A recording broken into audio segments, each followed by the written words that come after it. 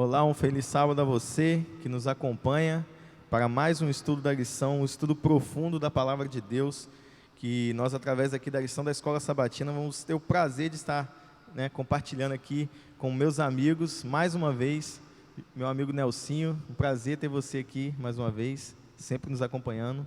Obrigado, Willi, pelo convite, estamos juntos, né, João? Mais uma vez, bom estar com vocês, muito feliz. E aí, João? Ficou de reserva no último, né? Agora está aí, titular mais uma vez. Obrigado pela sua presença. Sempre bom estar aqui compartilhando. Fala um pouquinho para a gente como é que foi sua semana, como é que estamos aí. É um prazer estar aqui com vocês que nos acompanham pela internet, meu amigo Nelsinho, Willi. É sempre um prazer, estamos sempre à disposição e se Deus nos chamar, aqui estaremos. Amém. Hoje nós vamos falar um pouquinho, sobre a relação entre o descanso semanal e o descanso que nós vamos ter quando Jesus vier nos buscar. Temos aí a lição com o tema Ansiando por Mais. E antes um pouco nós entrarmos realmente no tema, vou pedir nosso amigo Nelsinho aqui para fazer uma oração para pedir a presença de Deus no nosso meio. Oremos. Pai querido, Pai amado, estamos felizes porque estamos mais uma vez podendo estar juntos para estudar da Tua Palavra, aprender um pouco mais do que o Senhor deseja para cada um de nós. Que o Teu Santo Espírito, Senhor, nos ilumine e que tudo que venhamos falar aqui sejam palavras direcionadas por Ti. Dá-nos a Tua sabedoria e nos ajude a entender o que o Senhor deseja para a vida de cada um de nós. São bênçãos que pedimos em nome de Jesus. Amém. Amém. Temos aqui mais um tema, falando um pouquinho sobre o sábado, a importância desse memorial da criação. E é um link com as duas últimas lições, né, Nelsinho? Como sempre, eu gosto de que o Nelsinho, com o seu poder de síntese aqui para a gente, poder linkar um pouco o que a gente falou nas duas últimas lições, para a gente poder entrar nesse tema um pouco mais, lembrando, do contexto. Então, Willi, eu gosto muito da gente sempre entender o porquê da lição nesse ponto. Então, a gente chegou na lição 11, mas a lição 9 e a lição 10 foi um preparativo para a lição 11. Quando a gente viu lá ritmos do descanso e o descanso sabático.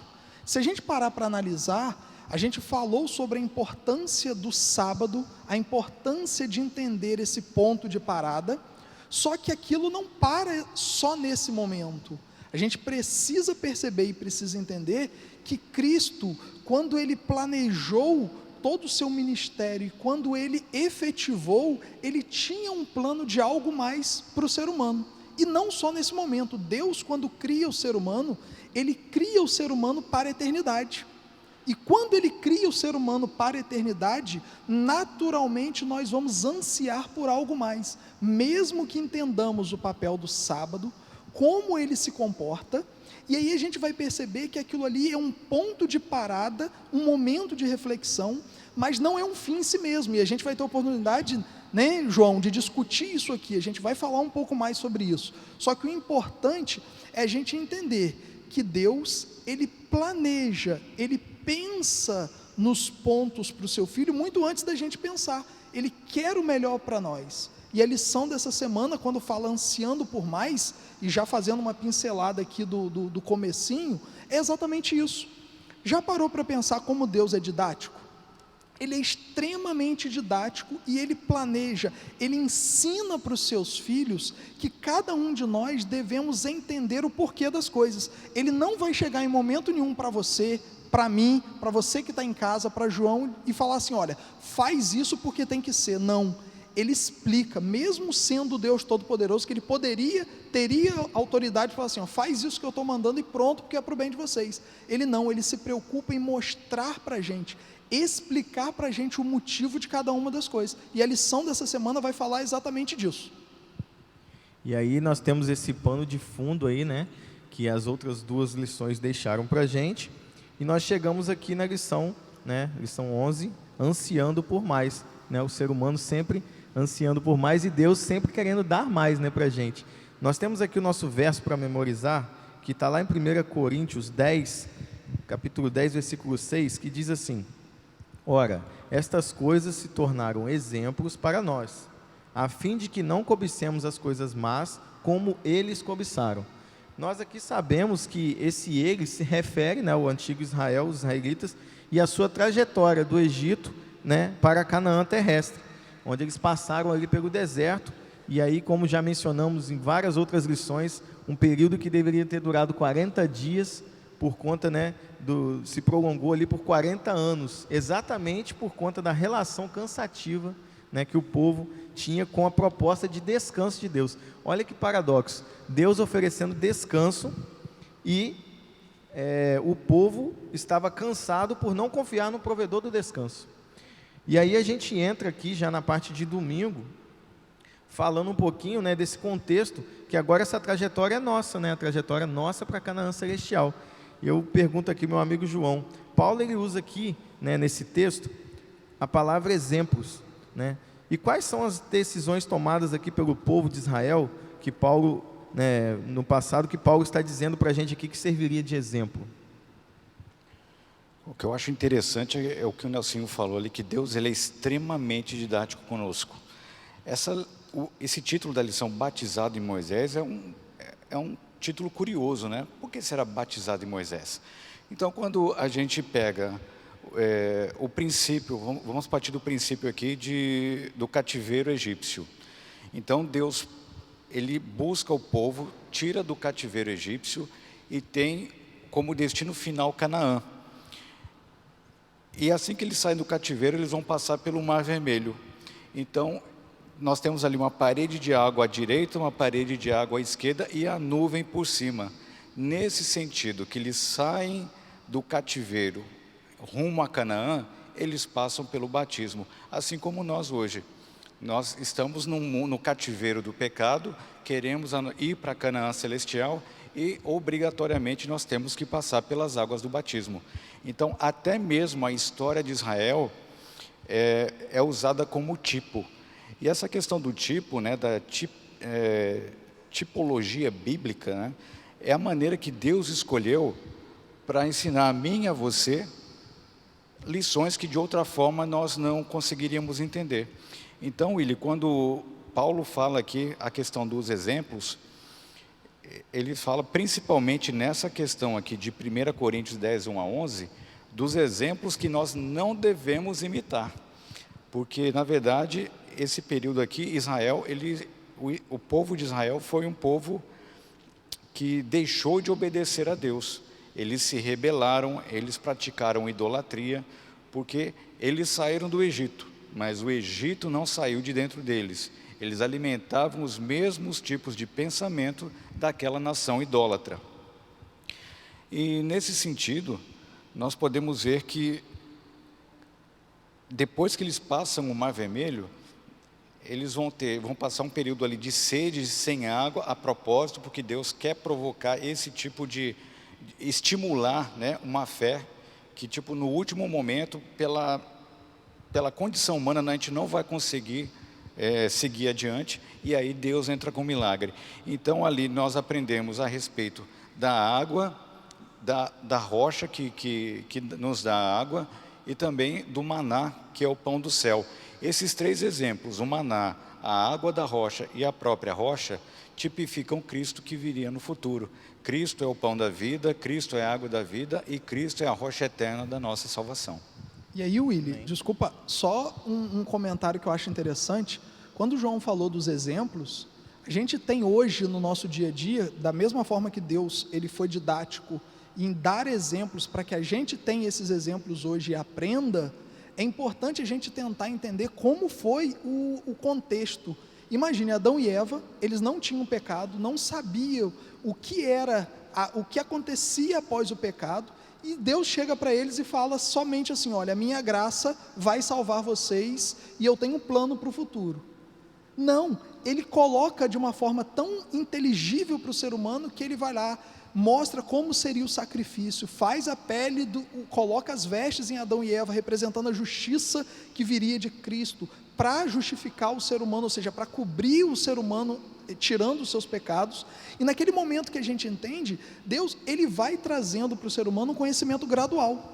E isso eu acho extremamente interessante. Deus, ele vai nos dando conhecimento e luz à medida que a gente vai aprendendo sobre ele. Ele não vem e despeja conhecimento aleatório e de forma de uma única vez. Ele não, ele fala assim: olha, você aprendeu isso daqui, agora vamos para o segundo passo, é uma caminhada, você precisa caminhar. E o povo de Israel precisava aprender isso, eles precisavam entender que tudo que Deus estava oferecendo para eles era para mostrar que Ele era quem os sustentava. Eles não dependiam de mais ninguém, era apenas um exemplo de algo muito maior que estava para vir para eles. E a gente vê agora, continuando já aqui no tema da lição, que os exemplos do Antigo Testamento, eles apontavam para verdades do Novo Testamento, né? E assim como esses exemplos, essas verdades espirituais revelavam ali para aquele povo, elas podem ser aplicadas para nós hoje. E aí a gente tem aqui na parte de segunda-feira o ritual e o sacrifício, né? E ali a gente tem ali, quais rituais e sacrifícios são mencionados aqui na lição, né, e para o que eles apontavam, e também qual a relação entre esse santuário e o descanso de Cristo. Você já pode, né, continuar aí para a gente. Então, Willy, você que está em casa acompanhando a gente, rituais e sacrifícios. Se a gente parar para entender, aqui especificamente a lição tocou num trecho de Levítico que era oferta pelo pecado. Então você tinha ali um ritual que chegava ao sacrifício representando o quê? Aquele que viria tirar o pecado do mundo, Jesus, que morreria pelos pecados do ser humano. Só que o ritual, ele estava muito claro na cabeça do povo, no contexto em que a sociedade estava ali naquele momento. Para a gente hoje é uma coisa um pouco mais distante, pensar em sacrifício, matar um cordeirinho, sangue, imolar aquele animal, por estarmos numa cultura completamente diferente, parece ser uma coisa muito distante. Só que tem uma coisa interessante, que o exemplo da nação deveria ser luz para as pessoas ao redor. E hoje, o nosso exemplo também deveria ser luz para as pessoas. E o povo de Israel, ele falhou exatamente em guardar todo esse sistema para eles. Tem um comentário de Ellen White que diz que como a Bíblia tinha sido traduzida para o grego, que era uma língua muito falada no Império Romano, muitos gregos tinham mais entendimento do significado daqueles rituais do que próprios mestres em Israel. Só que quando eles queriam estudar e aprender mais, olha que interessante, os judeus não ensinavam e não queriam dar detalhes dos rituais, querendo que aquilo ficasse só para eles, dizendo: olha, isso aqui é uma propriedade, é um direito que nós judeus temos, então a gente não vai ficar compartilhando com qualquer um, para a gente não perder esse posto de privilegiado, de escolhidos. Então a nação que era para ser luz, guardou tudo isso só para elas, e esse é o ponto que a lição de segunda traz. O sacrifício em si, você acha que tinha algum poder? O sacrifício em si com o animal, ele não perdoava o pecado. Era o simbolismo do que aquilo representava, de Cristo vir um dia e morrer pelos pecadores, que tinha todo o contexto envolvido. E quando a gente entende que o Antigo Testamento, ele prepara o entendimento do que viria a ser consumado no Novo Testamento, a gente pode perceber quão importantes são esses rituais e sacrifícios. Já parou para pensar, se a gente retira o Antigo Testamento do contexto bíblico, é como você tirar a fundação de uma construção, você tirou todo o embasamento, o porquê daquilo existir. E esses rituais e sacrifícios não tinham fim em si mesmo, eles deveriam apontar para o sacrifício de Cristo. E não parava só nisso, eles representavam um sistema que era simplesmente um exemplo, um modelo de algo superior, que a gente também já conversou em uma das lições, que era o serviço no santuário celestial. E qual a importância da gente entender o sacrifício no santuário celestial? É porque eu consigo encontrar descanso, eu consigo encontrar paz, porque não é o meu sacrifício, não são as minhas obras, não são as minhas justiças que eu imagino ter que vão me salvar, que vão me dar a oportunidade da salvação, mas é o que Cristo, o nosso sumo sacerdote, faz hoje no santuário celestial por cada um de nós, que permite que possamos adentrar até o trono de Deus. E nesse momento, aí sim, a gente consegue descansar e entender, eu não preciso simplesmente estar preocupado no que eu vou fazer, eu preciso aceitar, e depois que eu aceito e entro nesse descanso, aí sim, aí a gente vai ver que tem algumas coisas a fazer, mas a gente vai ver daqui a pouquinho. É isso aí, não pode dar spoiler, né? Quebrando um pouquinho aqui a regra, vou falar um pouquinho mais com o pessoal de casa. Nós estamos aqui, você está nos acompanhando aí pelo Facebook, pelo YouTube, temos agora o Instagram, né? E temos um desafio para você. Você que estuda a sua lição todos os dias, né? Se ainda não o faz, deveria, porque o assunto está muito bom, repleto de exemplos para nós nos adequarmos à vontade de Deus nos nossos dias. Gostaria que você postasse um vídeo no seu Instagram e marcasse o @adventistascampus e colocar lá, eu estudo 7, para você estar participando aqui com a gente. Continuando então no tema, João, nós temos aqui esses exemplos, né, que vocês já mencionaram, e vimos que essa ideia de tipos e símbolos, né, nós já entendemos aqui, que ela também pode ser aplicada no conceito bíblico do descanso, que é o que o Nelson acabou de falar para a gente. Qual que é a relação agora que a lição traz, que menciona aqui no livro de Hebreus, entre esse descanso semanal e a volta de Jesus? Pergunta profunda essa, hein? Eu acho interessante destacar logo de cara que nós só vamos conseguir entrar no descanso de Deus quando nós confiamos nele e quando nós buscamos junto a ele o cumprimento das promessas. Essa promessa do descanso foi dado a Israel quando eles ainda estavam no Egito. Então, como nós já falamos ali na outra anteriormente, eles sairiam do Egito e iriam até Canaã. Esse seria a primeira parte ali do então descanso, né? Depois, completando, eles teriam que ter a vida transformada, e aí eles teriam essa peregrinação durante aí o deserto para poder ir transformando as suas vidas. E após essa transformação, então, eles estariam aptos para ministrar como povo escolhido de Deus. Mas nós vemos aqui na história que a primeira geração que saiu do Egito, eles não conseguiram chegar a Canaã justamente porque eles não entraram no descanso de Deus, ou seja, eles se negaram a obedecer a Deus. Eles saíram do Egito, mas o Egito não saiu de dentro deles. Então essa parte do descanso tem a ver com a fidelidade que nós temos. E vamos chegar lá na questão do sábado. Então, assim como Deus prometeu esse descanso para nós, esse descanso que nós entendemos que vai ser somente quando Cristo voltar e acabar com o pecado, Ele deu também para a gente o sábado. Então veja, o sábado, ele também é o memorial da criação, o memorial da redenção, e ele é o primeiro precursor do mundo vindouro. O descanso sabático oferece uma pequena amostra semanal desse descanso que nós vamos ter na eternidade.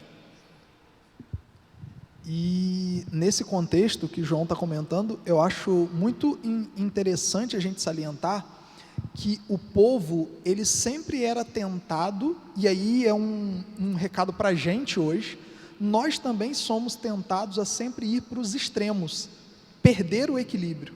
Então olha que interessante, a gente falou sobre rituais e sacrifício. O que aconteceu com o povo? Eles começaram a achar que eram as ofertas e os sacrifícios que creditavam a eles o direito de salvação.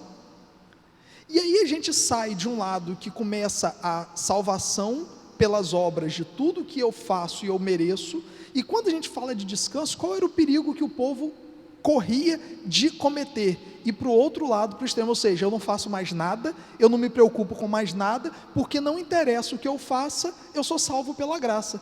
Então eles não conseguiriam entrar no descanso que Deus planejava para eles, nem pelo extremo de achar que eram as suas próprias obras, e nem também de entrar num estado de letargia e falar assim, eu não faço mais nada, porque não importa o que eu fizer.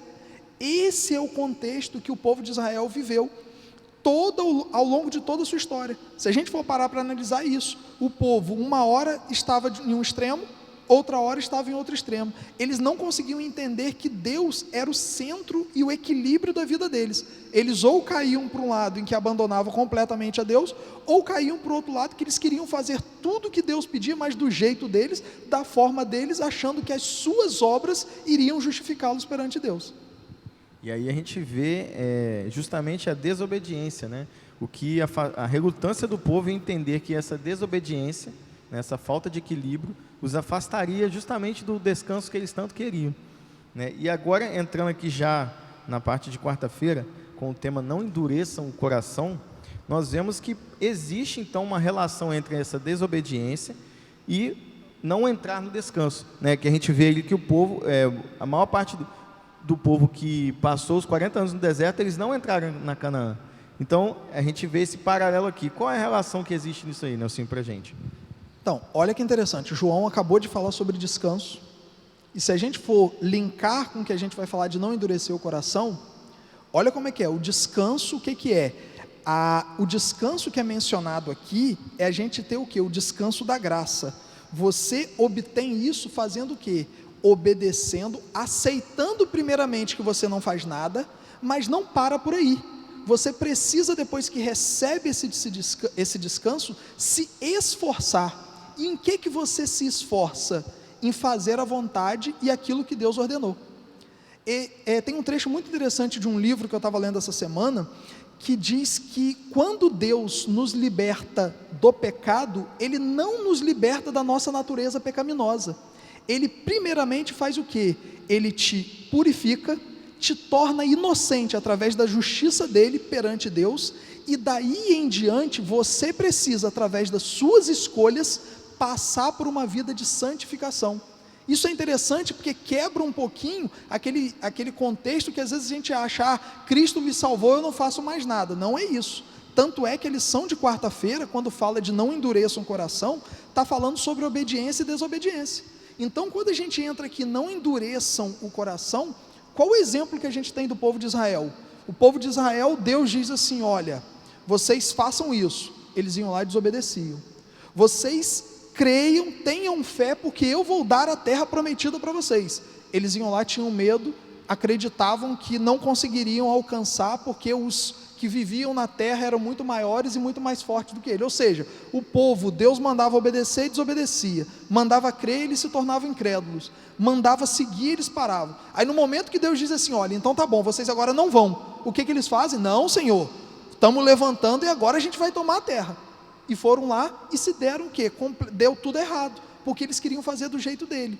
E quando diz não endureçam o coração, eu acho interessante porque o que acontece? Deus promete, vocês vão entrar na terra prometida. Só que eu não quero que pare por aí. Vocês vão entrar na terra prometida e lá vocês vão ser luz para as outras nações. As nações vão ver que vocês são diferentes, que a plantação de vocês é diferente das outras, que a organização de vocês é diferente, que a vida de vocês, que a saúde de vocês é muito diferente dos outros povos. E eles vão ter curiosidade, vão buscar e procurar vocês, e nesse momento vocês terão a oportunidade de falar o que Deus fez por vocês. Só que Israel, ele se preocupou apenas em tomar a terra prometida. Eles só colocaram na cabeça, olha, vocês vão adentrar a terra prometida e vão ser luz. Eles esquecem de ser luz, eles apenas se preocupam em adentrar e tomar a terra prometida. E Deus permite que eles tomem essa terra prometida. Só que se a gente for ler ali no contexto de Hebreus, o que a gente está lendo ali? Que olha, vocês entraram na terra prometida, mas como não cumpriram o propósito de vocês, vocês vão alcançar primeiramente um descanso que é muito menor do que eu planejava para vocês. Vocês vão encontrar descanso, mas não é tudo que eu planejava. Ou seja, a gente pensa pequeno. A gente quer, muitas vezes, coisas que a gente vai apalpar e segurar, e Deus quer dar coisas que a gente não consegue nem imaginar. A gente limita, muitas vezes, a atuação de Deus na nossa vida, porque a gente quer direcionar o que a gente acha que é certo. E na lição, o autor colocou muito bem aqui, que o povo de Israel entra na terra prometida, só que não goza, não desfruta de tudo que era plano de Deus para eles. Só que chega um momento aqui, que Deus ainda dá mais uma oportunidade e alerta, olha, se hoje vocês ouvirem a minha voz, não endureçam o vosso coração. O que ele está dizendo? Que eu posso ouvir a voz dele e não atendê-lo, porque eu tenho livre-arbítrio para isso. Eu posso simplesmente falar, Senhor, não quero fazer a tua vontade, e ele vai me respeitar e vai te respeitar, porque ele é um Deus que nos ama e respeita a vontade de cada um. Só que quando a gente entende que isso é urgente, ou seja, não endureçam hoje o vosso coração. Por quê? Porque nossa vida passa muito rápida. As coisas nesse mundo são efêmeras, acontecem muito rápido. E se eu não percebo a importância disso, eu esqueço que, para mim, a vida pode acabar a qualquer momento, para você, para cada um de nós. E naquele momento, o nosso destino de salvação ou não está selado. E o exemplo do povo de Israel, para mim, é extremamente forte. Por quê? Eles tiveram a oportunidade, eles conheceram Canaã, eles cantaram sobre Canaã, eles adentraram na terra, mas não usufruíram tudo que Deus tinha para eles, porque eles desobedeceram. E tem um verso de Jeremias 8:20 que me chama muito a atenção, e é um motivo de alerta para cada um de nós, que diz assim: findou-se a cega, passou-se o verão, e nós não estamos salvos. Isso daí é para mostrar que conhecimento apenas não basta. Eu preciso fazer com que esse conhecimento transforme a minha vida. Eu preciso entender que eu recebo de Deus, eu recebo a sua graça, e a salvação não custa nada. Eu não preciso fazer nada para ser salvo. Mas a partir do momento que eu recebo essa salvação, eu tenho um compromisso com Deus de colocar na minha vida, no meu dia a dia, a vontade dele para cada um de nós. E o sábado é esse ponto que diz assim: olha, eu acredito, eu confio plenamente que Deus pode fazer tudo por mim. Nada do que eu tenho e do que eu faço são por minhas forças, mas é porque Deus me dá e cuida de cada um dos seus filhos enquanto cada um deles dorme. E quando eu entendo que o ministério de Cristo hoje no santuário celestial faz exatamente isso, eu consigo encontrar descanso. E eu entendo que Cristo hoje continua trabalhando por mim, por você que está em casa, por cada um de nós, e oferecendo diariamente, mesmo com meus erros, mesmo com os meus defeitos, oportunidade de salvação. O que vai determinar é se eu vou aceitar ou não, e se eu vou permitir que isso que Ele oferece transforme a minha vida. Esse é o ponto-chave para a gente conseguir caminhar cada vez mais em direção ao propósito final, que não termina nessa terra, e tem um propósito muito maior para a gente, que é o que a gente vai continuar conversando agora. E é interessante isso aí que você está falando, né? A gente estava até conversando um pouquinho antes aqui, como a gente deixa passar desapercebida essa questão do endurecer o coração, né?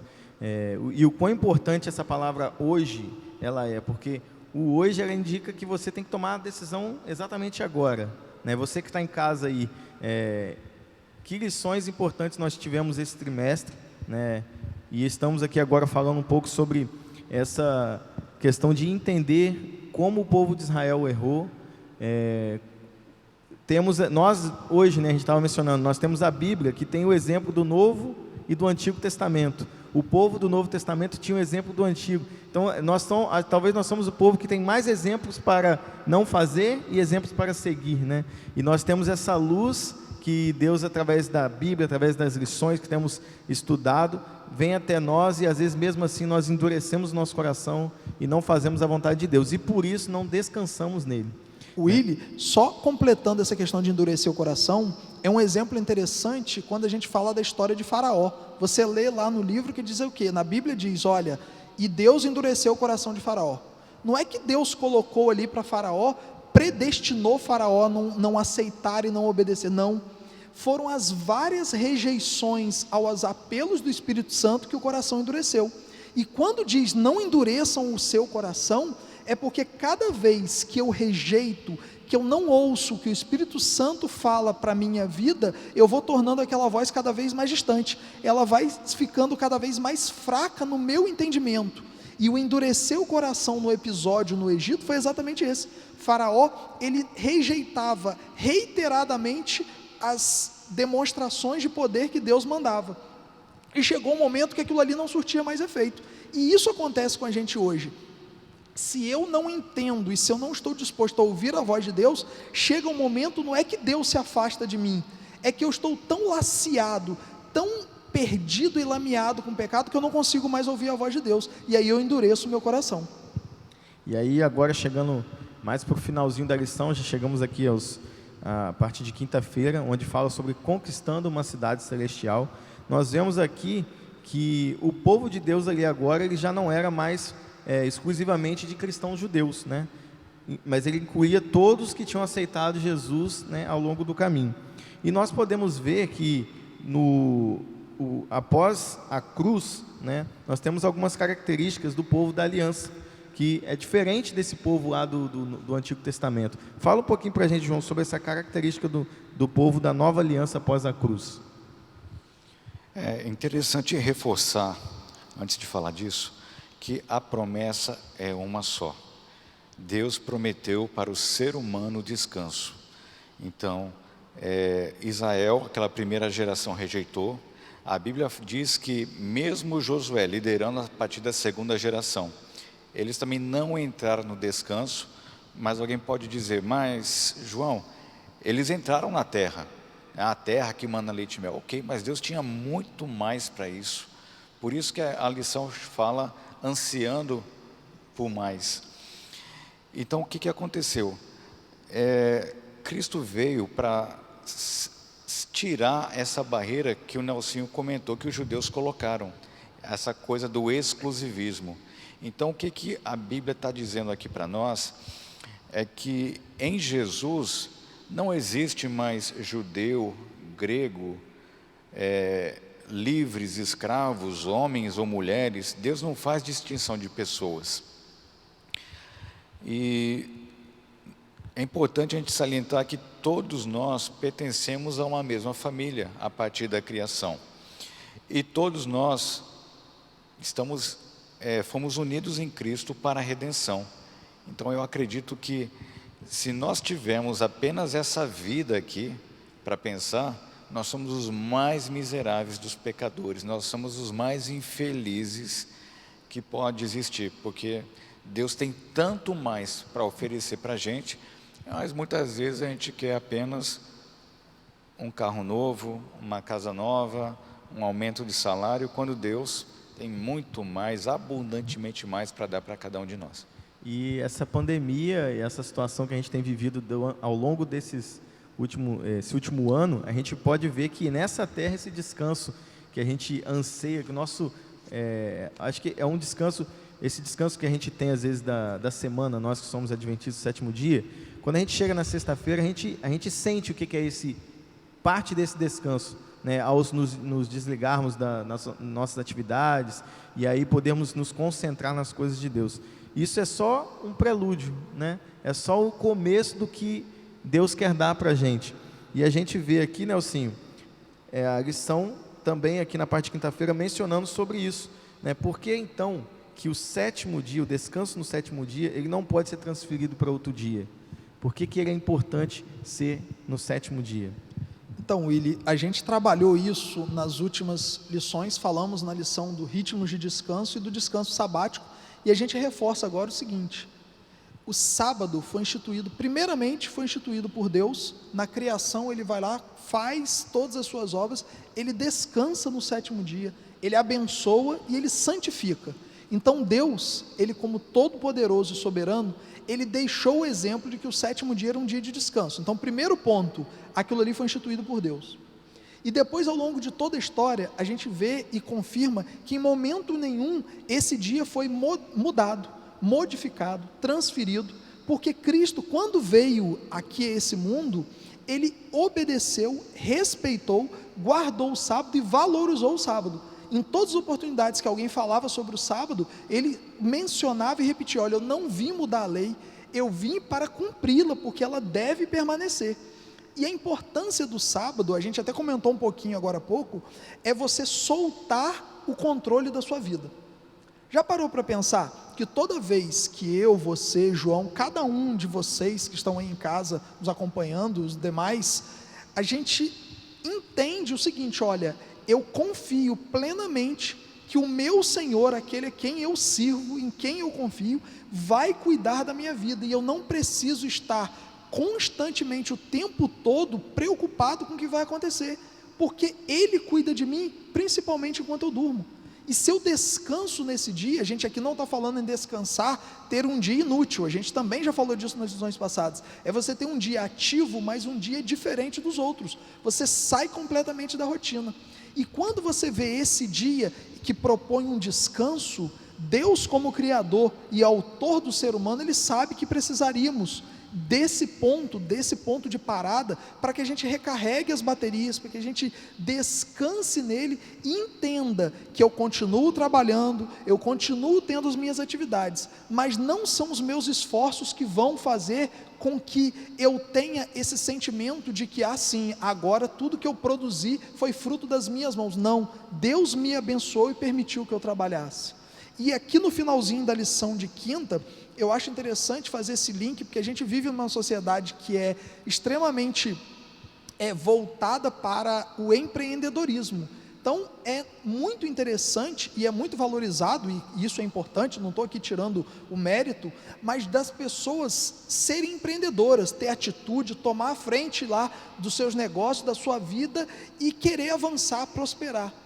Só que nesse momento a gente cai novamente no que eu comentei mais cedo, do desequilíbrio.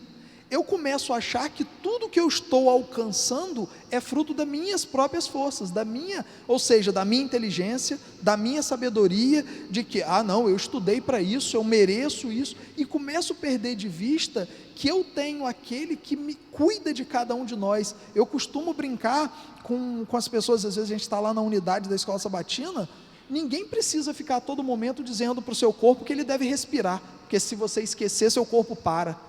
Você não precisa a todo momento ficar dizendo para o seu coração bombear sangue, porque ele está ali trabalhando. Deus criou tudo perfeito. O céu, o sol, a lua, é tudo milimetricamente colocado. Se o sol fosse um pouquinho mais distante da terra, a gente congelava. Se o sol fosse um pouquinho mais próximo da terra, a gente morria queimado. A gente não aguentaria o calor. Então Deus, Ele cuida de todas as coisas. E quando eu coloco isso na mão dEle, eu entendo que não é o que eu faço, não é o que eu consigo alcançar que é importante, e sim o que eu permito que Deus faça em minha vida através de mim. E quando a gente consegue alcançar esse entendimento, o sábado muda completamente de figura, porque o descanso que eu busco não é aquele descanso de eu vou descansar para conseguir produzir mais durante a semana, não é eu vou descansar para eu recarregar aqui simplesmente minhas energias para conseguir trabalhar mais, não, eu descanso naquele que cuida de mim, faz tudo por mim e separou esse dia, porque sabia que eu precisava de um momento para me reconectar com o Criador, precisava de um momento a sós, separado durante essa agitação da semana, para entender, ouvir melhor a voz dele e colocando em prática ao longo da semana. E isso também é importante. O sábado, ele é o começo de todo o entendimento que eu devo ter, e a minha semana começa a refletir o relacionamento que eu tenho com Deus. Então a minha semana passa a ser praticamente um constante sábado, não simplesmente na questão de descanso, mas na questão de relacionamento, comunhão, comunicação com aquele Deus a quem eu sirvo. Interessante você falar, que mencionou aqui, né, sobre as pessoas empreendedoras do nosso século, e a gente abordou recentemente esse tema, né, com os jovens no Fora da Caixa, e foi interessante ali que a gente acha às vezes que a palavra empreender, ela vem somente do empresário, do cara criar um negócio, né? E não, o empreender é você decidir, planejar e realizar, e aí agora a gente é chamado a empreender na causa de Deus, né? O sábado é um chamado a você deixar de empreender nas coisas, né, do cotidiano, das coisas materiais, as coisas relacionadas ao seu trabalho, e agora passar a empreender seu tempo nas coisas de Deus, e assim descansar. É um empreendimento onde você recebe descanso, né? E é muito importante essas lições que nós temos tido aqui. Chegamos ao final de mais uma. Gostaria de agradecer, né, a você que está nos acompanhando, que está sempre aqui conosco. Você que pode vir à igreja, já estamos com as classes funcionando, né, Nelsinho? Os professores estão aqui te aguardando. Você que está em casa, continue nos acompanhando.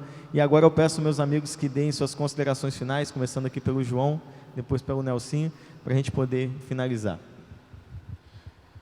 Eu gostaria de deixar como pensamento final aqui da lição, quem tem a lição do professor, está lá na página 146, diz assim: assim como o propósito original de Deus para este mundo, ou seja, seu descanso, mantém-se inalterado, também permanece o sábado do sétimo dia, o memorial da criação. Portanto, a observância do sábado do sétimo dia testemunha da fé em Deus como Criador de todas as coisas, bem como da fé em seu poder de transformar a vida e preparar pessoas para aquele descanso eterno inicialmente planejado para os habitantes deste mundo. Amém. Willy, João, na lição de sexta-feira, nos comentários, tem uma coisa muito interessante, que é um trechinho de um livro de Ellen White, que ela diz que muitas vezes nós, seres humanos, a gente se preocupa em contar dores, tristezas, sofrimentos para nossos amigos, para pessoas que nos rodeiam, e esquecemos de levar essas dores, sofrimentos e também nossas alegrias a Deus, que é aquele que pode fazer algo por nós. Muitas vezes a gente gasta recursos e tempo com pessoas que, mesmo sendo amigas, não poderiam resolver nosso problema. Então, a lição, essa semana, as duas últimas e essa especialmente, está querendo ajustar o nosso foco. Para mim, o resumo da lição é: ajuste o seu foco para enxergar o que Deus quer fazer na sua vida. Entenda que o que Ele planeja para você que está em casa, para mim, para o Willy, para João, para cada um de nós, é muito maior e muito melhor do que eu posso esperar. É muito maior e muito melhor do que eu posso planejar. Então, que eu entenda, que eu tenha serenidade para entender e aceitar sabedoria e serenidade, para saber entender e aceitar quais são os planos de Deus na minha vida.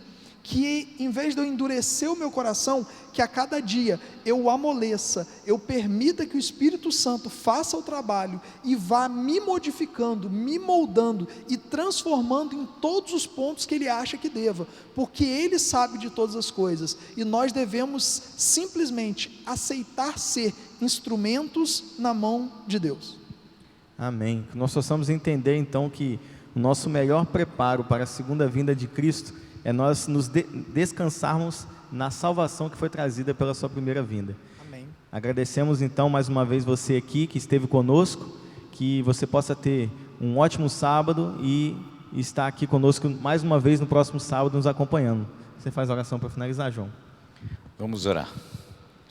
Santo e eterno Deus que estás nos céus, nós te agradecemos porque o Senhor teve o cuidado, de uma maneira muito didática, explicar para nós, através dos tipos da simbologia, todo o plano da redenção, todo o plano da salvação e o futuro maravilhoso, extraordinário que o Senhor deseja dar para cada um de nós.